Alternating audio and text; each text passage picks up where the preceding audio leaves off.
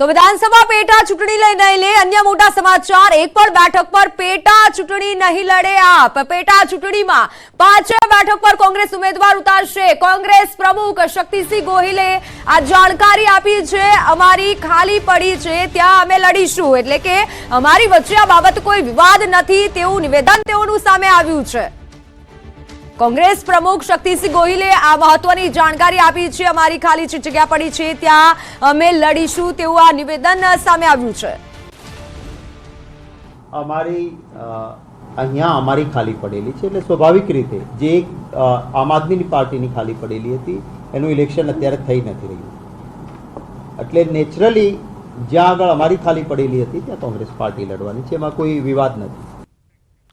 तो लोकसभा चूंटणीनो रंग बराबरनो जाम्यो छे त्यारे कांग्रेसना पाटण लोकसभा बेठकथी उमेदवार चंदनजी ठाकोरे अने बनासकांठा बेठकथी उमेदवार ज्ञानीबेने कांकरेजना टोटाळा खाते सदाराम बापाना आशीर्वाद लीधा। बंने उमेदवार एक साथे सदाराम बापाना दर्शन करी आशीर्वाद मेळव्या हता। साथे चंदनजी ठाकोरे प्रचाરના श्री गणेश पण कर्या हता। संत श्री सदाराम बापाने खेस પહેરાવી બંને ઉમેદવારોએ જીતની આશા વ્યક્ત કરી છે। आ बंने उम्मीदवारों साथे मोटी संख्यामां कार्यकर्ताओं पण उपस्थित रह्या हता। त्यारे जाजवाड़ा वाड़ीनाथ महादेव, देवदरबार, जागीरमठ अने तेरवाड़ा चहर माताजीना पण तेओए दर्शन कर्या हता।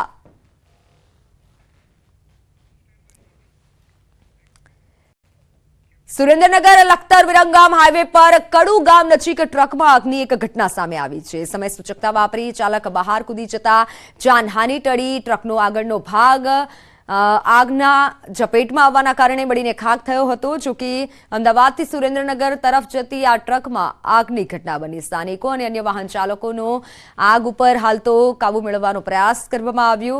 હાલ આગ કાબુમાં આવી ગઈ છે, પરંતુ જે સમયે આગ લાગી તેના દ્રશ્યો સામે આવ્યા છે।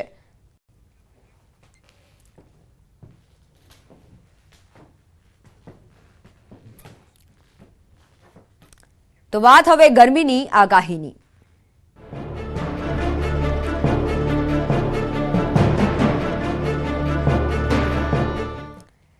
26 मार्च सुधी 6 जिल्ला सावधान थई जजो। गुजरातमां 6 जिल्लामां हीट वेवनी आगाही कराई छे।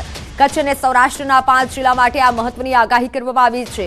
26મી માર્ચ સુધી 6 જિલ્લામાં हीट वेवनी आगाही कराई છે। 25મી બાદ 2 દિવસ સુધી દીવમાં પણ हीट वेवनी आगाही कराई છે। કેટલાક ભાગોમાં 1 થી 2 ડિગ્રી પારો ઊંચકાઈ શકે છે। હાલ રાજ્યમાં સૌથી વધુ તાપમાન અમરેલીમાં છે। 40 ડિગ્રી જેટલું અમરેલીમાં તાપમાન નોંધાયું છે। 6 જિલ્લા સાવધાન થઈ જજો। 6 जिला रहीशों माटे आ महत्वनी आगाही है। अगले 5 दिनों के लिए जो है हीट वेव की वार्निंग दी गई है सौराष्ट्र कच्छ एरिया में, जिसमें से मुख्य तौर पे जो डिस्ट्रिक्ट्स हैं अगले 3 दिन के लिए जो है कच्छ, पोरबंदर, जूनागढ़, गिर सोमनाथ, अमरेली तथा राजकोट, एंड चौथे दिन से जो है दीव को भी शामिल किया गया। चौथे एंड 5वें दिन जो है हीट वेव के लिए अभी जो है हीट वेव में जो है हमने सौराष्ट्र कच्छ में जो है येलो अलर्ट जारी किया है अगले 5 दिनों के लिए, जिसमें से जो हमने डिस्ट्रिक्ट्स बताया जैसे कि कच्छ, पोरबंदर, राजकोट, जूनागढ़, गिर सोमनाथ, दीव, अमरेली, इन हिस्सों में जो है हीट वेव की प्रोबेबिलिटी ज़्यादा है आने वाले 4 से 5 दिनों के अंदर। तो सांतलपुरना एवाल गामे सोलार प्लांट सील करायो छे। रिन्यू पावर 105 मेगा प्लांट ने सील करवामां आव्यो। वोवा ग्राम पंचायतनो वेरो बाकी होवाथी कार्यवाही कराई। अंदाजे 30 लाख वेरो भरवानो बाकी होवाथी कार्यवाही करवामां आवी। ग्राम पंचायत द्वारा सोलार प्लांट ने वेरो भरवा अनेक नोटिसो आपवा छतां वेरो ना भराता कार्यवाही करवामां आवी। सांतलपुर टीडीओ, तलाटी, वोवा ग्राम पंचायतना सरपंच अने पोलीसनी हाजरीमां सोलार प्लांट ने सील करायो छे। तो मेगा प्लांट ने सील करवानी कार्यवाही करवामां आवी। वोवा ग्राम पंचायतनो वेरो बाकी होवाथी आ मोटी कार्यवाही कराई।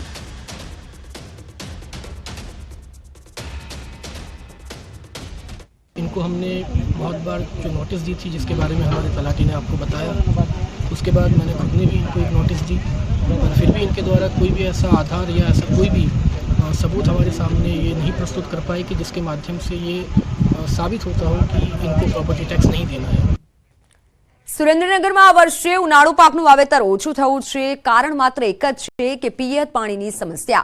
ખેડૂતોનું કહેવું છે કે પિયત માટે યોગ્ય પાણી મળશે કે નહીં તે અંગે હજુ પણ સ્પષ્ટતા કરવામાં નથી આવી. અત્યાર સુધીમાં 20,000 હેક્ટર કરતાં વધુ જમીનમાં ઉનાળુ વાવેતર કરવામાં આવ્યું છે. ઉનાળુ તલ, ઘાસચારો, બાજરી સહિતનું ખેડૂતોએ વાવેતર કર્યું છે. ખેડૂતોનું કહેવું છે કે પિયત માટે યોગ્ય પાણી મળશે તો આગામી સમયમાં વાવેતર કરાશે.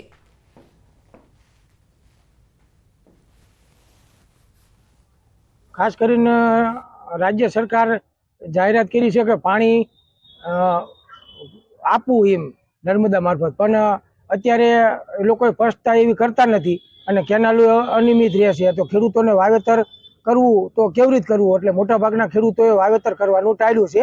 હાલમાં વાવેતરની પ્રક્રિયા ચાલુ છે, જેમાં મુખ્ય પાકો છે તલ છે, બાજરી છે, મગફળી છે, વરિયાળીનો પાક ઊભો છે. અમુક કોઈ જગ્યાએ મોડા ઘઉં આવ્યા હોય તો ઘઉં બી ઊભા છે અને કાપણી ચાલુ છે. એના પછી જો પાણીની અવેલેબિલિટી હશે તો વાવેતર થશે.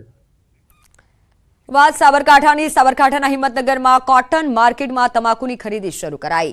પ્રથમ દિવસે 7 જેટલા ખેડૂતો તમાકુ વેચવા પહોંચ્યા હતા. પ્રથમ દિવસે ખેડૂતોને તમાકુના 2,400 સુધીના ભાવ મળ્યા હતા. દર વર્ષ કરતાં આ વર્ષે ખેડૂતોને ₹500 વધુ ભાવ મળ્યો હતો. તમાકુનો પ્રતિ 20 કિલો 1,720 રૂપિયાથી લઈને 2,400 સુધી ભાવ મળ્યા હતા. બીજી બાજુ ગાડિયાના પ્રતિ 20 કિલોના 1,000 થી લઈને 1,165 સુધીના ભાવ મળ્યા હતા. તમાકુનો ભાવ 1720 થી લઈને 2400 સુધીના બજાર પર ભાવ મળેલ છે, જ્યારે ગાડીઓ 1000 થી 1165 રૂપિયા ભાવ પડેલ છે.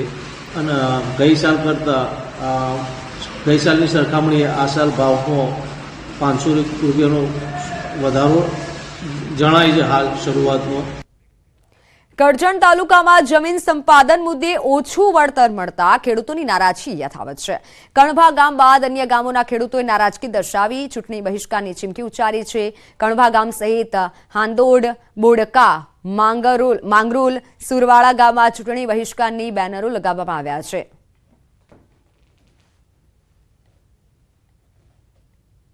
છેલ્લે હમણાં 14 તારીખે 11 તારીખે અમે આવેદનપત્ર 1000 ખેડૂતો ભેગા થઈને કરજણ તાલુકાના 400 ખેડૂતો ભેગા થઈને આવેદનપત્ર આપ્યું. તે વખતે અમારે આગેવાનોને બેહાડી દીધા કલાક, અને હજુ કોઈ હોંભરવા તૈયાર જ નહીં. ચૂંટણીનો 100% બહિષ્કાર કરવાના છે. અમે બોળો આજે મારી દીધો છે ને ટૂંક સમયમાં 4 ગામમાં આજે કરજણ તાલુકો પૂરો થઈ જશે.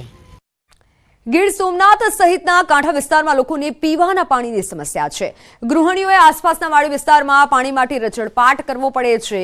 તો સાથે સાથે ગામના હેન્ડપંપ પર 2 થી 4 વેળા ભરે ત્યાં તો પાણી ખૂટી જાય છે અને તેને લઈને સ્થાનિકોની હાલત કફોડી બની છે. ગામના સરપંચના મતે ઉનાળાની શરૂઆત થતાની સાથે ગામમાં પાણીની પારાયણ હોય છે. ગામના લોકો પાણીની સમસ્યાનો ઝડપથી ઉકેલ આવે તેવી માંગ કરી રહ્યા છે. પાણીની સમસ્યાને લઈને પાણી પુરવઠા મંત્રી કુંવરજી બાવળિયાએ કહ્યું કે સરકાર દ્વારા દરિયાકાંઠાના દ્વારકા, ભાવનગર, સોમનાથ, પોરબંદરમાં સરકાર પાણી પહોંચાડી રહી છે.